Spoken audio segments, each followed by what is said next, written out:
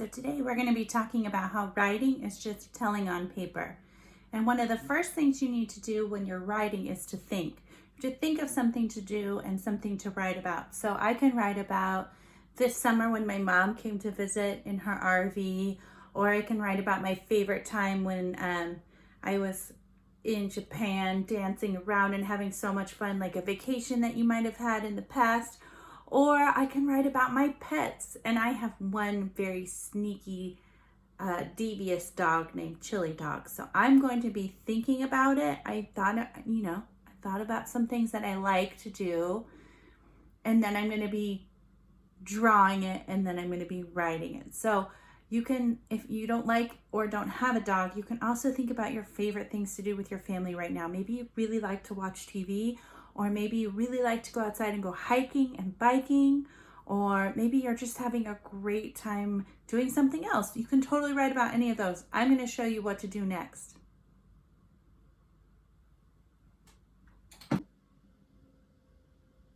So to be a good writer, you need to have all your tools. Your first tool is going to be your spiral notebook. Then you can have your markers, your crayons, or even your colored pencils. This is exciting. So I'm going to be drawing Chili Dog, but I don't have a brown marker. So I'm going to get my crayon here.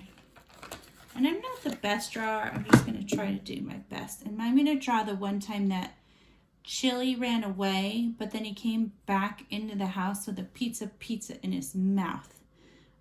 This is a true story. He knows how to open the doors. So if you leave him open, he kind of escapes. And I'm not very good at bodies, so I'm just going to do like that and then do his little legs. Now I picked brown because Chili Dog is brown. I wouldn't want to pick orange or anything like that. I'm not going to color it in yet though, because I want to move on to his face here. He has big eyes. And now I'm going to draw that piece of pizza in his mouth. He was so crazy. It was like a full piece of pizza. We had no idea where he got it. So I'm going to do an orange too, because you can't really see the yellow. It was pretty funny. We all laughed. This is when he was just a puppy. And I'm going to do a little red to make those pepperonis really stand out. You can use lots of colors when you're coloring. Don't just stick with one. Try to be an expert drawer here. So now's a really good time to work on getting good at drawing. Okay, his eyes look a little weird because he doesn't have any pupils. You draw two little black dots and maybe some reflective lines. So he came in the door with a piece of pizza in his mouth. There's no door here, so I'm going to draw one. And then it goes up like this and down behind his ear because I didn't want to draw on top of his ear. And here's the other side of the room. And then outside, you can see a little bit of the door here. It kind of goes back like that. And then I'm going to draw a window right here and a doorknob. And I want to fill in my whole picture. So in the back, I'm also going to add some trees. Oops, I almost did a trunk in green. And the trunk should be brown. So there's a tree back there. Now I'm going to draw some grass.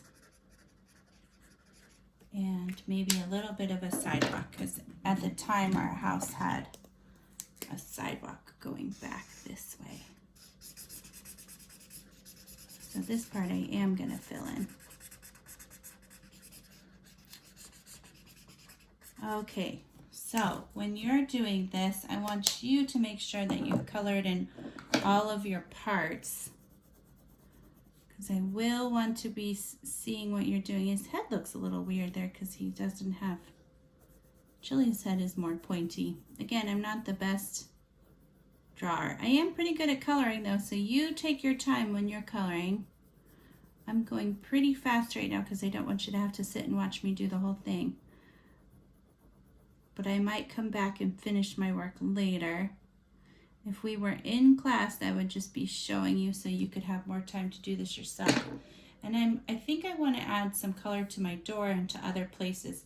But first I'm going to stop and I'm going to grab a pencil or a pen from my cup. I want you to be using a pencil, but I don't have one with me. And, well, I do have one, but I'm going to be writing in black marker so that you can see it on the camera. But I want you to always write your words in pencil. If you're saying, Miss Handel, I don't know how to write, you just give it your best shot. So, let's see, what do I want to say? Chili had pizza, so C-H, letter I, chili. Then I'm going to use a finger space, had, add. And then I'm going to run out of room here to write pizza, so I'm going to come back down on my next line, pizza. Pizza. Pizza. And add my punctuation mark at the end. Invented spelling, parents, is completely okay and developmentally appropriate at this age, so don't get stuck on correct spelling. Just stretching out the words so that you have all the sounds that you have. All right, kindergarten, remember, think, draw, and then write. You can do it.